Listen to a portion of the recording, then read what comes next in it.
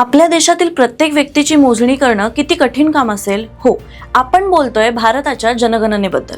भारतात जगातील सर्वात मोठी जनगणना होणार आहे आणि यावेळी काहीतरी विशेष घडणार आहे.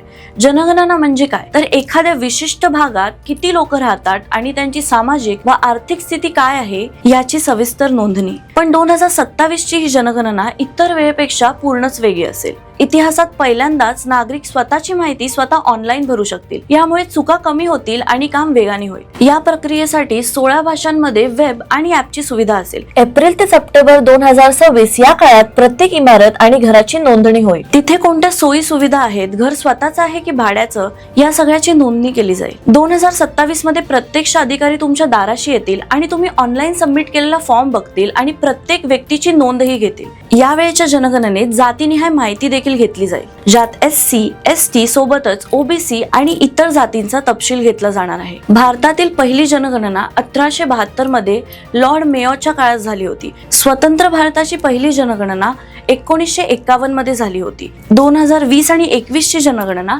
कोविडमुळे लांबणीवर पडली. म्हणूनच आता 2027 ची तयारी जोरात सुरू आहे.